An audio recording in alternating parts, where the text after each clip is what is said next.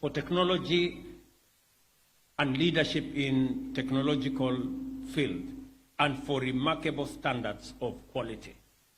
We look forward to the considerable knowledge opportunities embedded in this project, and I commend your existing training and knowledge transfer program, and I thank you for the engineers and technicians that you have already trained to date. I have come across many young Kenyans as I went through the assembly lines, from our TVETs, from our colleges, from our universities. It is a refreshing moment that an additional close to 100 of them will be hired when this assembly line rolls into being. I am pleased to hear that you also upskill local manufacturers through capacity building in technology and production know-how to achieve global standards for our local content. This will raise quality assurance on locally produced products in line with Toyota Motors Corporation's assembly standards, which are possibly the most rigorous in the world. I also note with great pleasure the ABA Academy, which is supported by the German government. Automotive manufacturing and assembly in Kenya is a sector with immense potential. It creates vertical linkages and backward integration with numerous players in Kenya's industrial ecosystem, including MSMEs, creating massive opportunities in the process. I was pleasantly informed that you are looking at increasing the components that will bring local content from 20% to 30%. It is our belief that as we engage in this sector, more and more capacity is going to be built so that we can increase the level of manufacture. Those in level 1 should move to level 2, those in level 2 should move to level 3, and eventually we want to manufacture these vehicles from scratch here in Kenya. Let me give you some good news. We are in the process of engaging to acquire 5,400 motor vehicles for our security agencies.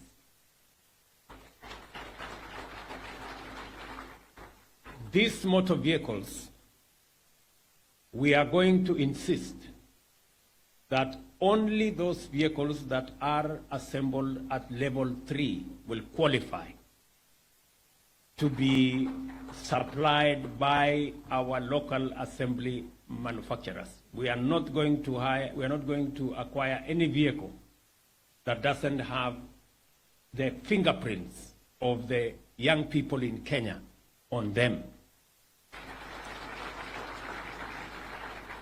Automotive manufacturing and assembly in Kenya is a sector that has, as I said, immense potential.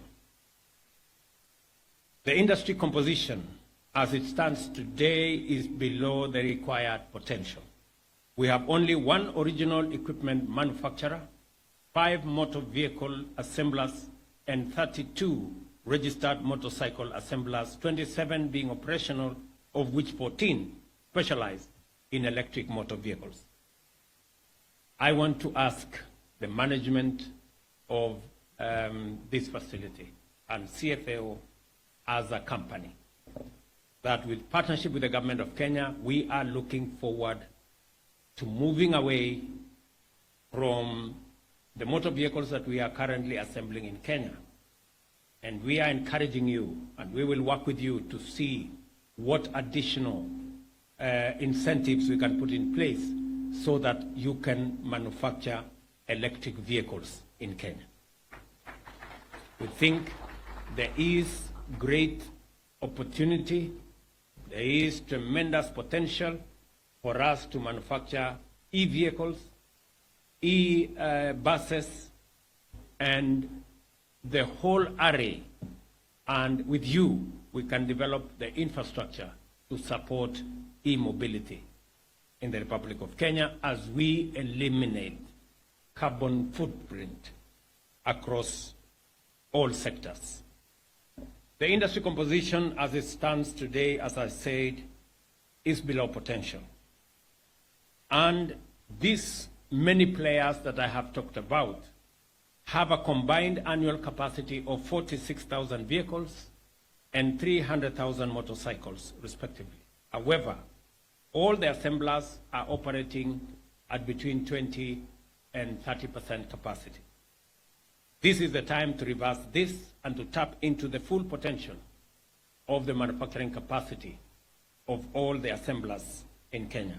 Towards this end, the government has put in place a policy, a legal framework, and automotive standards, as Moses said, KS 1515.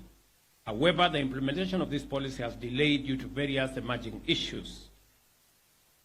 Let me record here that I did already instruct Moses Kuria and his team to work with stakeholders to solve outstanding issues within 120 days, and Moses, already 25 days are gone. So you have less than 100 days now. I am happy to hear that there is impressive progress that has been made, and you, stakeholders, have already submitted your proposals and draft bill to Moses, ready for public engagement. I expect the Cabinet Secretary to table the same in Parliament, to table the same in Cabinet, onward to Parliament, and I'm happy the Leader of Majority here, and I hope the members of Parliament who are here are going to support that move so that we can create better, more opportunities for the young people of our nation and for ourselves to tap into this great industry. The government is implementing the local content policy and the Buy Kenya, Build Kenya policy. We have developed the Preferential Procurement Master Roll number 1 of 2022 that promotes the uptake of locally produced products in public sector. With the launch of this facility, the SUV choices available to the government of Kenya have increased. I want to challenge investors in the automotive sector, both local and foreign, to take advantage of our conducive business environment to expand into full automotive manufacturing. And as I have said, as we buy motor vehicles as government of Kenya, we will insist that they must be either locally manufactured or locally assembled. We're not going to buy any vehicles that have come into the country without any input by the young people of the Republic of Kenya. By the way, Kenya needs a Mwananchi car, a game-changing car that most Kenyans can afford and use to grow their hustles. You can explore this joint venture and create synergies and support each other to make this happen. I invite all of you to invest in Tier 1 component manufacturing and eventually set up a fully integrated and manufacturing plant in Kenya for the Mwananchi car. It is now my pleasure, ladies and gentlemen, to thank all of you for being present in this gathering. To the people, the great people of Mombasa, I want to assure you of our commitment that as we build the whole ecosystem around manufacturing, we will continue to focus on expanding job opportunities available for the young people of Kenya. This morning, because we want to grow the blue economy, that is the biggest contributor of the economy in the coast region, I am happy that a locally assembled boat that will cost less than what is imported is in the works. I want to promise, and the Minister for Blue Economy is here, that we are going to work with you so that we can tap into those facilities to be able to promote our local fishing industry in the coast, and for purposes of elevating the contribution of blue economy to our economy from currently about 15 billion Kenya shillings to 100 billion shillings in the next 3 years. We believe facilities like the one you're building to be able to give us boats that young people in this area can use. This morning, I did give out a check of 150 million shillings for the young people of Mombasa County, for them to expand their capacity, to buy additional fishing gear, to engage in training, both as coxswains and also as fishermen, so that we can unlock the big, huge potential that exists in the blue economy in the Mombasa County and in the coast in general. I also have given an undertaking along the same line that we have committed to complete the Liwatoni fish processing facility. We have committed 650 million shillings.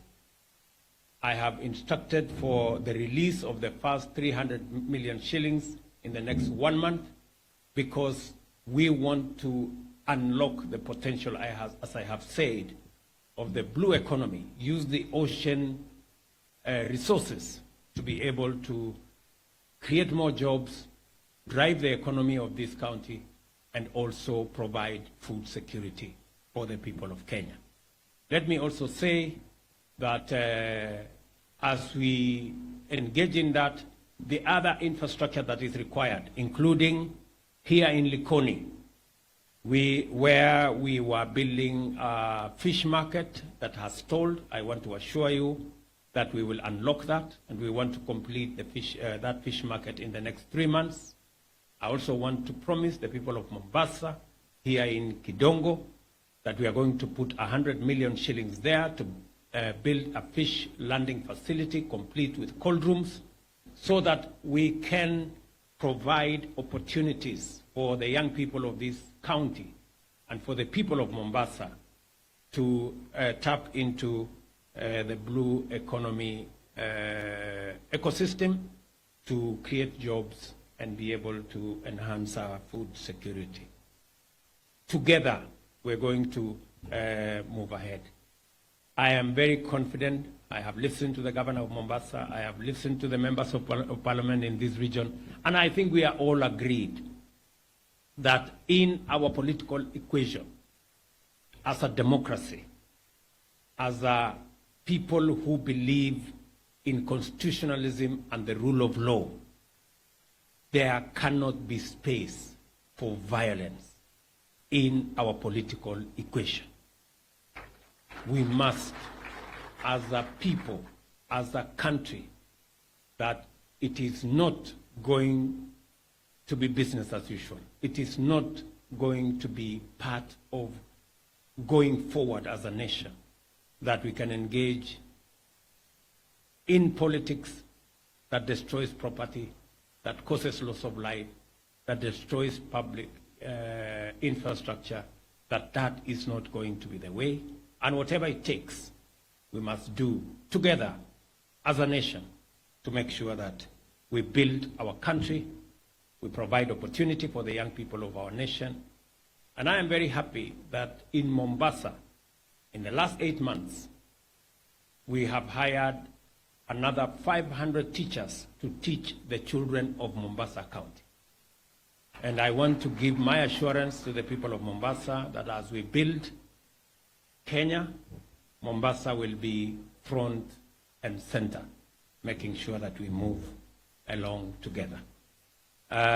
Kwa watu wa Jomvu ambao ni watu wazuri sana, na mbunge wao yuko hapa, najua tumekuwa na matatizo kidogo tukienda kupanda train kule. Saa zingine kuko na matatizo. Nishasema ya kwamba saa hizi tunajenga train station hapa mjini town yenyewe. Na tunataka sasa train station, badala ya kuhangaika kwenda mpaka kule chini, hiyo train itakuja mpaka hapa town. Mnaweza kupandia hapo ama kushuka pale, ndio biashara yenu iweze kusonga mbele. Na vile vile tumekubaliana ya kwamba zile kazi zingine tutashirikiana. Mimi nitarudi hapa kabla ya Disemba. Unajua tulikubaliana ya kwamba lazima tupange ajira ya vijana wa Mombasa. Mbali na ile kazi tunapanga hapa ya manufacturing, vile vile housing program yetu. Mimi nitarudi hapa The first 2,000 houses mimi nakuja kuzianzisha kabla ya Disemba, na mimi nahitaji vijana kama 5,000 watakaofanya hiyo kazi. Mwanze kujipanga pale, kuna nafasi za ajira, watu plumbers, electricians, engineers, architects, masons, carpenters, wale wengine wote, watu wa kuhesabu pesa, wale wa kufanya mambo hiyo ingine yote, wakuwe tayari pale. Ndio? Watu wa Mombasa mko tayari? Ama nyinyi ni wale wa kuchagua jembe? Mko tayari? Si tulisema kazi ni kazi? Ama tulisemaje? Tulisema kazi ni kazi. Ukipata kama hii ya hapa si unafanya? Kama ni ya kufunga nuts si unafanya? Kama ni ya kufunga waya si unafanya? Kama ni ile ya electrician si mnafanya? Ama ni aje? Mombasa tuko pamoja. So nitarudi hapa kwa shughuli hiyo, na pia tumekubaliana ya kwamba kila ward, na mimi najua MCAs wako hapa, kila ward tutaweka ICT hub, kwa sababu pale tunataka kutengeneza kazi ya mtandao. Tunataka mtu wa Jomvu akiwa ward yake anaweza kufanya kazi Marekani akiwa pale, na anaweza kulipwa na dola akiwa hapa Jomvu, lakini anafanya kampuni yenye iko Marekani. That is what we want to do, and that is why we are deploying 100,000 extra kilometers of fiber optic, so that we can leverage on technology, we can leverage on the e-space to create additional job opportunities for the young people of our nation. Mimi nataka niwaeleze wa Kenya, tutashirikiana pamoja, na nitarudi hapa tena kwa shughuli ya watu wa Mombasa. Bado tuko na kazi ingine kule ya shipping line ndio tunataka kwenda kufanya, lakini nitarudi hapa tena. Na wapenda sana na watakia baraka ya Mungu. Congratulations good people for this great facility, and as I have said, Ambassador, you have our goodwill, you have our support. Thank you very much for the support we have received from our brothers and sisters from Japan in the development of the port of Mombasa. We are truly, truly grateful. We are looking forward, God willing, shortly to come and discuss the gate, the Mombasa gate. It's called the Mombasa Gateway Bridge. We are looking forward to having a conversation, because it is a good piece of infrastructure that we want to be part of the signature of Mombasa City. Asante sana na mbarikiwe kila siku. Thank you. Your Excellency, sir, with your permission, if we can